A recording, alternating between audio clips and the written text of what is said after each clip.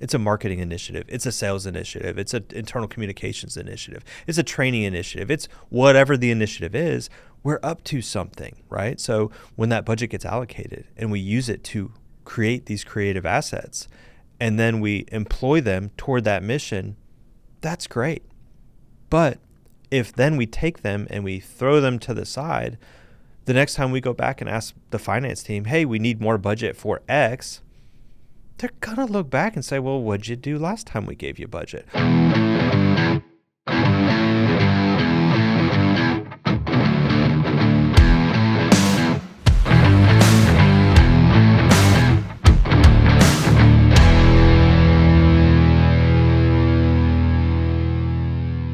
So over the weekend, I went back and I rewatched Now You See Me. And if you've seen the movie, you know that it's about magicians and they do these elaborate illusions basically by pulling off heists. But the key is that it's hidden in plain sight.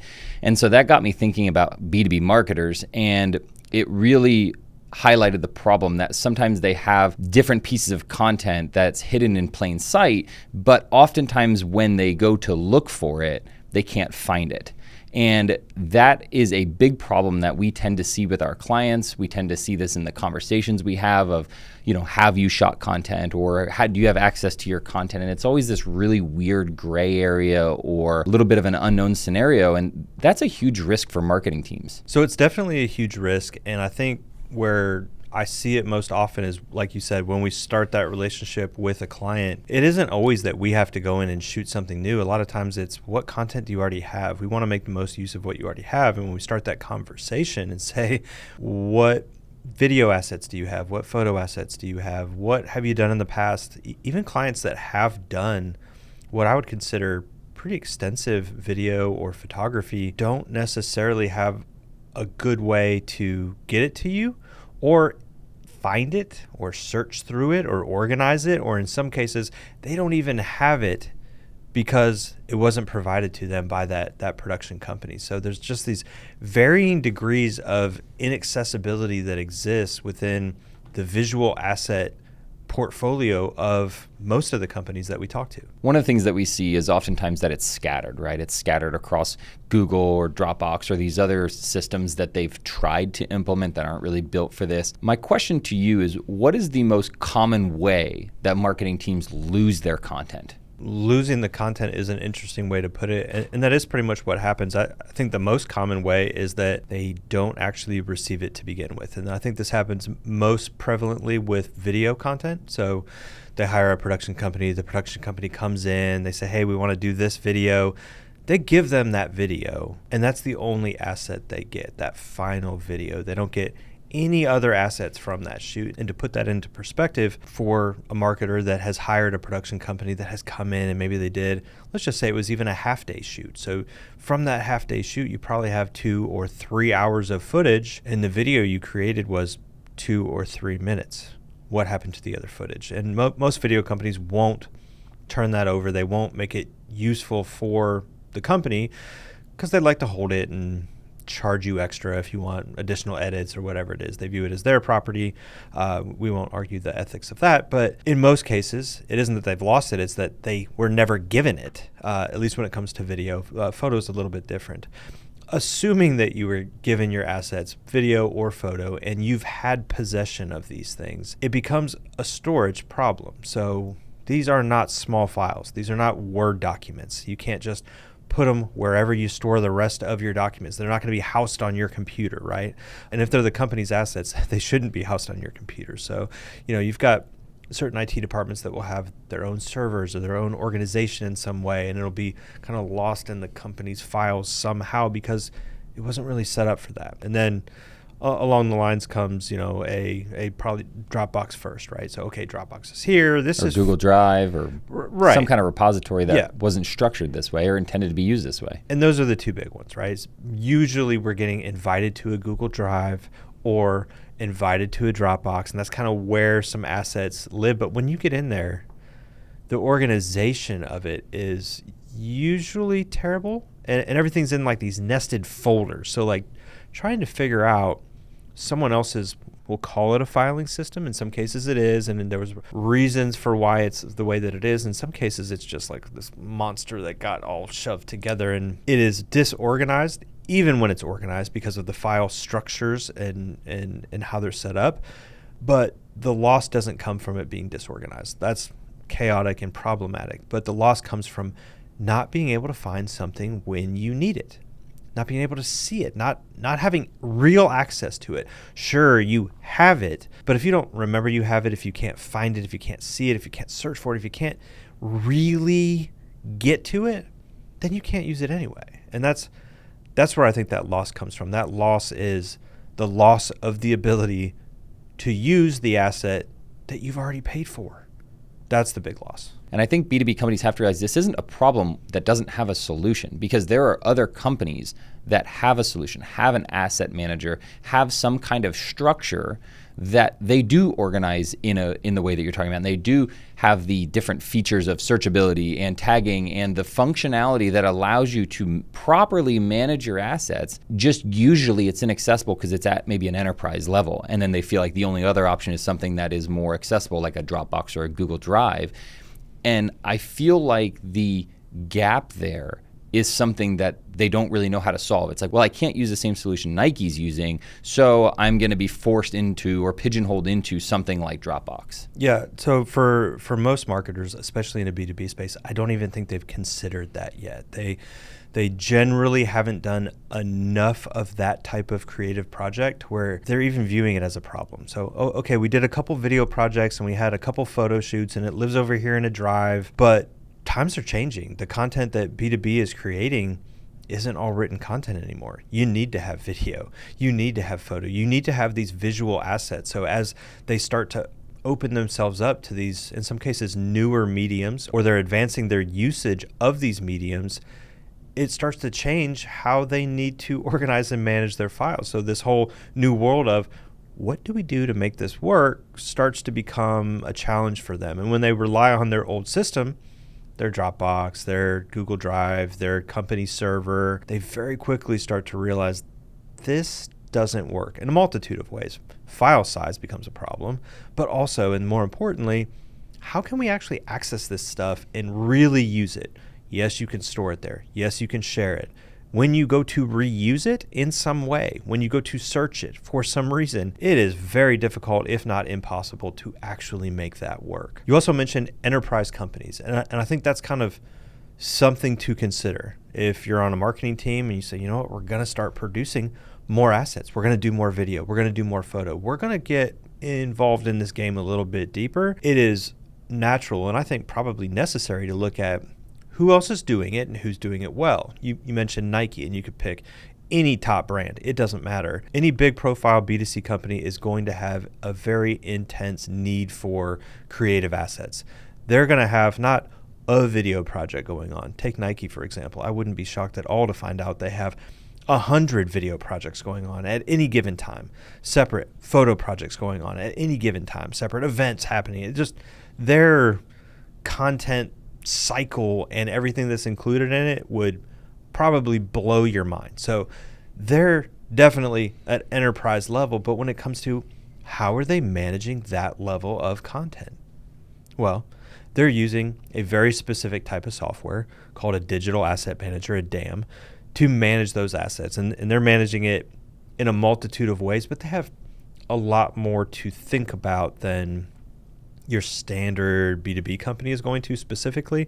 They're going to have to worry about, and the big one is probably, one, the separate projects have different permissions. You've got different teams. You've got different access levels. You've got different storage capabilities and capacities with different people being able to access different parts of the project or change different aspects of the projects. You've got athlete licenses, different licensing for creative elements, for talent, for music, for fill in the blank. It is a highly complex and very specialized need that somebody like Nike or Apple or whomever is going to have when it comes to their creative asset management. So you can look at that and say, okay, what would they use? And those systems are out there. There's a number of them when you get into, for instance, Brandfolder, right? Brandfolder is a great application for something like that.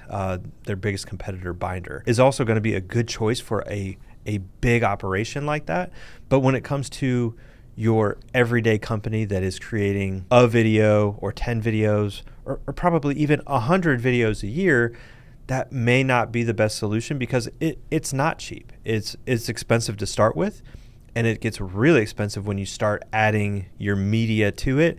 And you know what? If you're Nike or Apple, makes perfect sense. It's not expensive relatively to the projects that they're working on and what they have going on. You take your business that's doing, $20 to $100 million a year and say, hey, we want you to pay this amount of money just to manage your assets. And honestly, I think it gets to be a little bit excessive cost-wise. I still think the value's there, but I think it gets to be challenging for most companies in that range to say, okay, this actually makes sense as the solution, not just today, but as we get more and more assets into this. Yeah, you bring up a good point because you mentioned Binder, and Binder actually did a study, and the results of that study said that 65% of the people that they interviewed said that they couldn't find the assets later.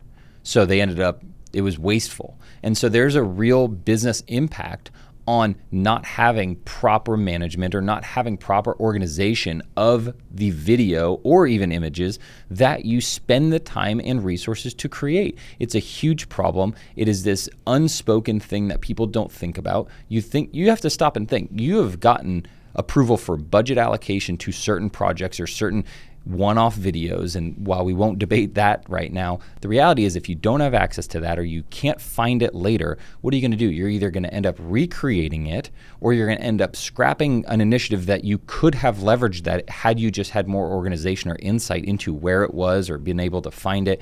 There's so many missed opportunities just by not having proper asset management that marketing teams just aren't considering when they're thinking about the true cost involved of creating content. Absolutely. And I think the two biggest points that you brought up is, one, if you can't access the content, you don't know it exists, you can't find it, you can't see it, whatever it is, there's a tendency to try to recreate assets that you might already have. I've seen this in companies that we've worked with where, we work with a company for 3 or 4 or 5 years and they'll come and say, hey, we want to do this project, we need to shoot this thing. And I've had to remind them, we've already done that. I have footage of this thing, so we don't need to shoot that. We might need to shoot something else to make this project work. Or, hey, you know what? If something changed, we need a different location, or there's a new model, or what. There might be a reason to reshoot it, but let's look at what we have, because shooting for the sake of shooting is not in anybody's best interest. If we have something that we can use that checks that box, why recreate it, right? When we could spend that time and effort and resources creating something else that we need, right? The other piece too is the business function. We don't get to produce this stuff for free. It costs money, real money. So any business, we're answering to someone, we're up to something, we have a mission that we're trying to push forward. That's why we're creating these assets. It's a marketing initiative, it's a sales initiative, it's an internal communications initiative, it's a training initiative, it's whatever the initiative is, we're up to something, right? So when that budget gets allocated and we use it to create these creative assets and then we employ them toward that mission, that's great. But if then we take them and we throw them to the side, the next time we go back and ask the finance team, hey, we need more budget for X, they're going to look back and say, well, what'd you do last time we gave you budget? Oh, cool. You created this one video and you applied it to that one problem we have, and it did or didn't move the needle in whatever metric we're judging by. And that was it. Okay. Versus, hey, we allocated the budget, you created the assets, you applied them here, but you also applied them here, here, and here. We're getting a lot more mileage every time we say yes to assigning $1 toward creative.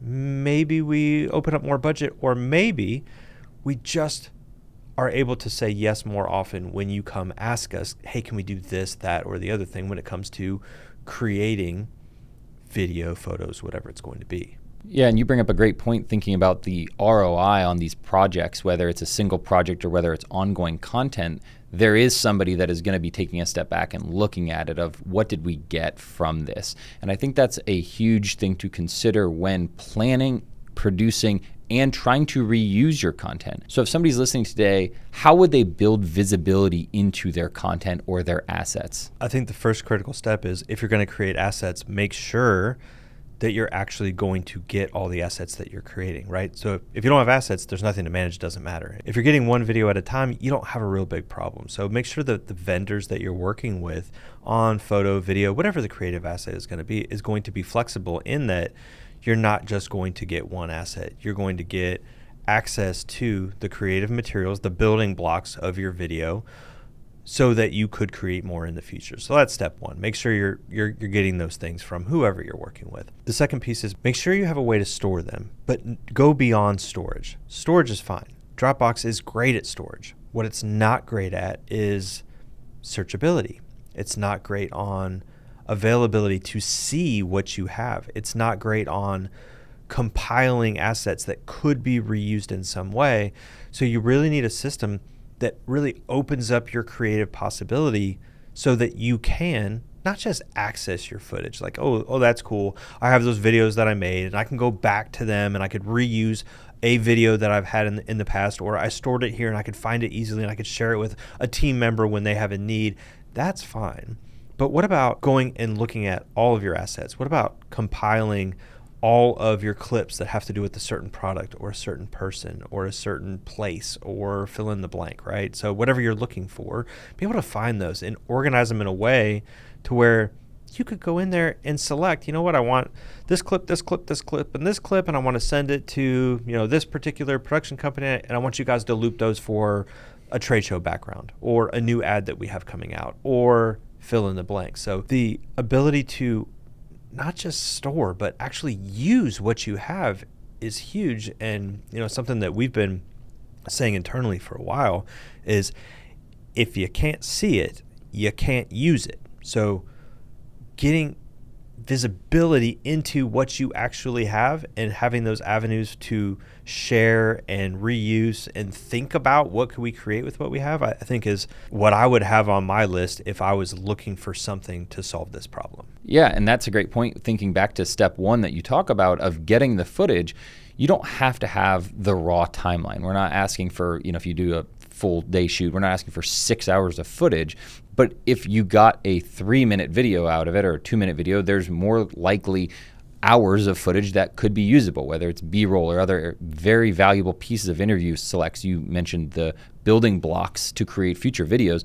Get those, have access to those so that next time you're talking about that theme or that topic, you can pull those and loop them into the next video without having to recreate that. Or if you need a specific presentation or you're hitting on a certain event, or you're talking about a certain upcoming day of recognition on social, you have that available to you. And it doesn't have to be the full timeline. It can be these individual pieces that help you better tell your story. So I think that receiving the assets, but also receiving the assets in a way that are usable is a really key component that truthfully, most production companies don't do, and they're going to have to get on board with the way that B2B companies are going to need their content, because that's a huge gap between what production companies provide and what a B2B company actually needs to be successful with the content that they've just spent all the time and resources to create. There's really two schools of thought when it comes to that, right? So a traditional production company, they're set up to do essentially commercials, right? And when you're doing a commercial, everything's scripted. You have multiple takes of the same thing. Even if you gave them all the footage, there's not a whole lot more that they could create. As the professional, you're going through and you're selecting the best takes and the best everything, and you're giving them that final product. If you're doing a commercial shoot, that doesn't make a huge amount of sense. But if you're doing a podcast, if you're doing executive interviews, if you're doing a customer conversation or customer case study, none of that is scripted. That is going to have huge amounts of value through and through. So to section it off and get 2 minutes of that, it becomes a challenge. And I look at it and I always try and think about what's best for the client. I don't care how traditional production usually does this or that. I care about how do we serve the client's needs best. The client's needs are best served when they're getting everything. That's why we make that available to everyone. As you pointed out, I think more production companies are going to fall in line with that, because at the end of the day, when these companies are waking up and saying, hey, we need to do more of this type of content, it's going to start to become unacceptable that we got a single asset. And that's going to become a lot more prevalent to try and meet that need and expand that need into something that makes sense. Because if you're spending whatever the budget is, I'll throw out $10,000 in getting a video, at some point in time that becomes questionable, and it's definitely not repeatable, which if what you want is more video content for your company, 10 grand a video is not going to get you more, or at least not very much more. I mean, what do you have? $100,000, $200,000? The max you get is 20 videos. That's problematic. And it's not something that most companies are going to standardize on how they operate on an annual basis. So more companies will come in line. The companies themselves will demand it, and they'll find a solution that offers that. The production companies that don't do it, they can stay with the commercial space and deal with commercial content. But there's going to be, I think, more companies who operate more in the way that we do, which is getting companies the content that they actually need outside of a commercial. Can we do a commercial? Sure. But that's not all the content that people need, and it needs to be treated differently when it is a different type of content.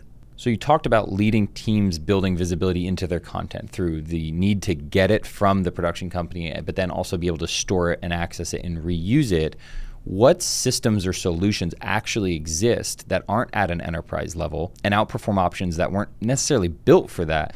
What solutions actually exist? There's a number of solutions out there. I mean, there's software for days. Everybody knows you can find 10,000 softwares that do just about anything these days. The big players that are really geared toward the enterprise, I don't think they're bad options. I think that you're going to use a fraction of the capabilities, and you're going to pay the full price as if you're using all of it, right? And I don't think that necessarily makes sense. Any marketing team that I've ever spoken to that has gone through that process of, holy crap, how are we going to store this and manage it and access it and reuse it and all of that stuff, it becomes overwhelming because a lot of the systems, they're really trying to be all things to all people. And when I say all people, they're not just focusing on the marketing function, they're focusing on the business function. So they're going in and worrying about, how do we manage the contracts, or how do we manage the PDFs, or how do we manage our standard operating procedures, or our employee handbooks, or our documents, right? Photo and video are a type of file that could go into that document management system, but it is a digital asset management. That's any asset. It's PDFs, it's Word docs, it's fill in the blank, it's for everything. It just happens to also accept video and photo. There's a disconnect, I think, with some of those systems. Yes, they can organize it pretty well.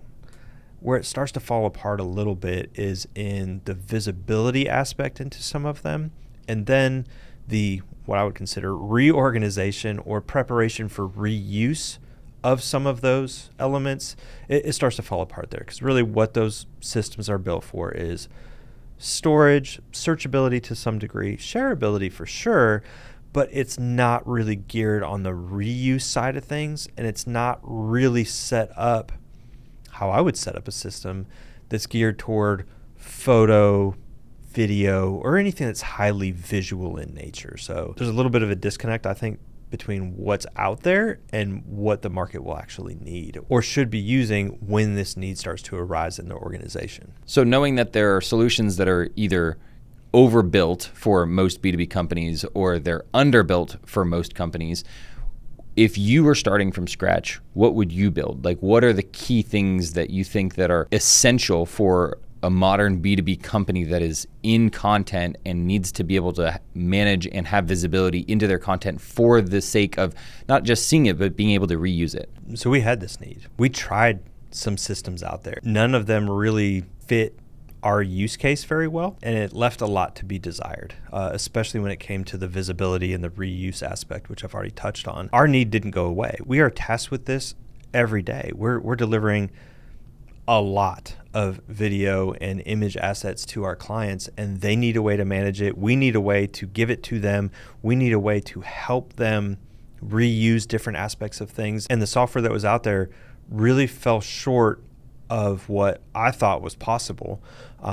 So we ended up creating our own system, which we use it internally, right? So we created our own system. We gave access to our clients. And the idea was, can this be better than what's out there? And even with kind of a version 1 beta, the answer was, hell yeah, this is significantly better in the way that we We can see what the hell we have so that we could reuse it. We can search it. We can file down into person, place, topic, product, service, whatever it is that we need to talk about, and really be able to say, here's some stuff. How can we reuse this? And, we have a number of times that clients have since looked at their assets and come back and said, oh, hey, we want to produce something out of this, or run entire campaigns where we didn't shoot anything. The biggest example is we ran an entire equipment campaign where we produced, I think it was 54 different assets for this campaign,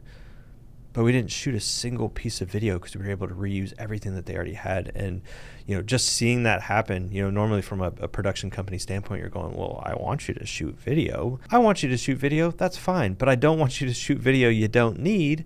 I want you to get the most use possible out of the assets you have, which is why we created our system. And, I was looking at the success there, and, we've had a ton of internal conversations about what do we improve? How do we expand it? How do we make it available to more people and more useful in general within those teams? That's really what we're up to now is how do we expand the search capability and make it so user friendly that it's not just a photo or a video. It's, let's talk about the type of photo or video. Is it an actual video, a finalized piece that could be posted, or is it one of the building blocks, almost your own stock video library or stock image library that you're going to be able to search through? Are we breaking it down by size or by use? So if I know, okay, I'm going to put something on Instagram, for example, and I want it to be a 9:16 aspect ratio, I can actually search by these aspect ratios. So there's huge amounts of filtering options that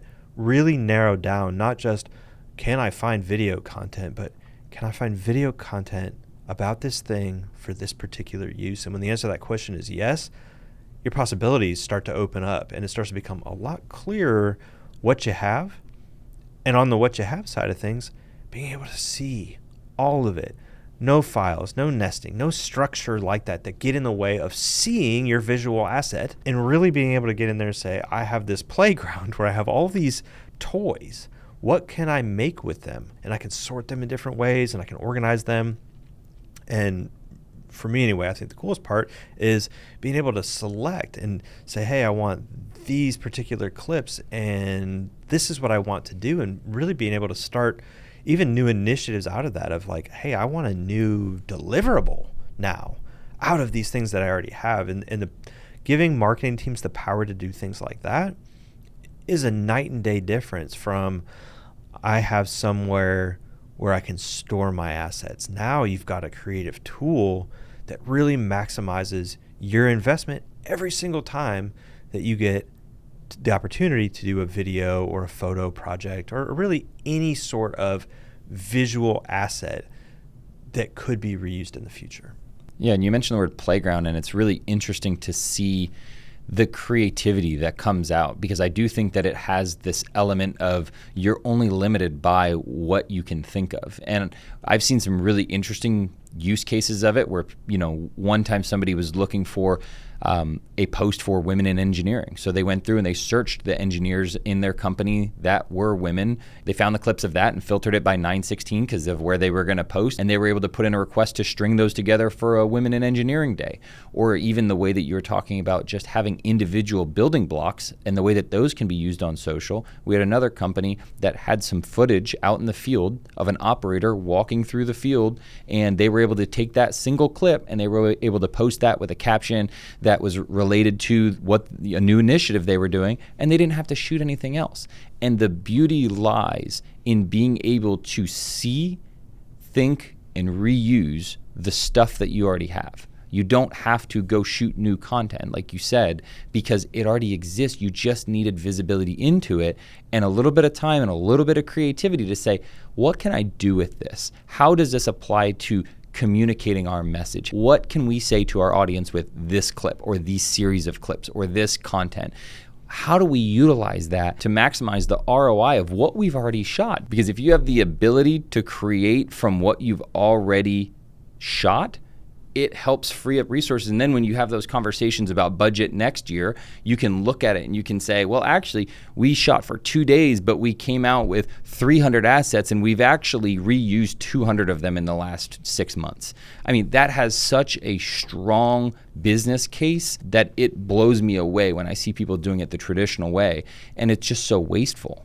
I had a CEO that I was in a group with. His company, they do about $150 million a year, and he was not a real big fan of shooting a lot of video. He's like, yeah, we've done video in the past, and we had, a video here and a video there. It's just not a critical component of our communication strategy, mainly because I kind of view it as excessively expensive. And when I was able to kind of show him, and I wasn't trying to sell him on it, I was showing him, hey, let me show you this system. So I opened it up and I showed him one of the clients that we had been working with. And I think we did 2 production days at one of their manufacturing facilities.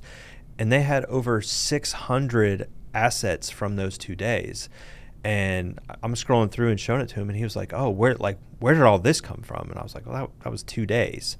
He's like, no, that's insane. And I was like, no, that's normal. That's normal. This is how this should be going. You just don't get that. No. And I was like, hey, these are their assets. They're going to reuse these. And I talked about some of the videos that they're actually using them on.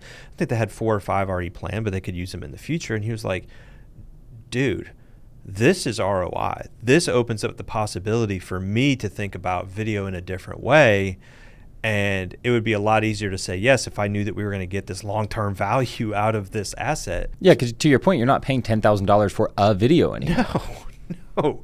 No. Which, hey, there's videos out there that are worth $10,000. There's videos that are worth $100,000 or more, but that's not all videos. It shouldn't be when you're talking about the content that most companies are needing today. When you get outside of commercial assets, that's not the need. The need changes. Okay, so if you have somebody in a marketing team right now or a function that utilizes content in the way that we've been describing, what is the next best thing they should do? What should they go out and do tomorrow morning that will help them get visibility into their content, that will help them be more organized, that will help them reuse their assets to see this ROI we've been talking about? What is that next step? So the first thing that I would recommend doing is getting a handle on how are you actually storing your visual assets or your marketing assets currently. So understanding where you're coming from will help you know where you need to go. So get a handle of that first.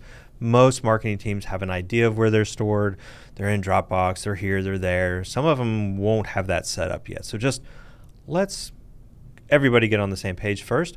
What do we have? How do we use it? What don't we like? Those types of things. So for our clients, they're using our visual asset manager called Visual, and they're about to get a new version of that is going to have a lot of really cool and drastically improved features, a beautiful user interface that I'm really excited to roll out to them next week.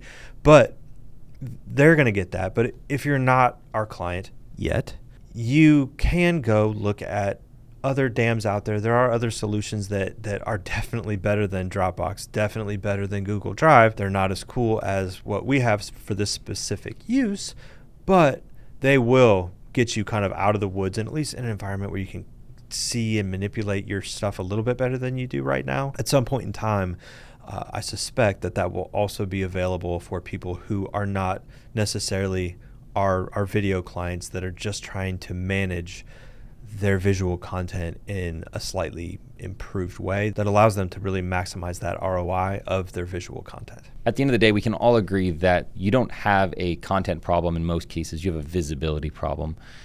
If you do have a content problem, come talk to us. But if you are trying to solve your visibility problem, now is the time to solve it because it is not going to get any easier. The more content you have, the more things you're managing. And there are real business implications for not having your content organized, for not having visibility into it to be able to use it, reuse it. So whatever situation you're in, like you said, assess it first, but make that next move that's going to help you with your organization. That's going to help you with being able to see what you have so that in the future, you will have a better system moving forward. Absolutely. If you can't see it, you can't use it. If you can't use it, you can't get an ROI. If you can't get an ROI, don't be surprised when your company doesn't let you do it anymore.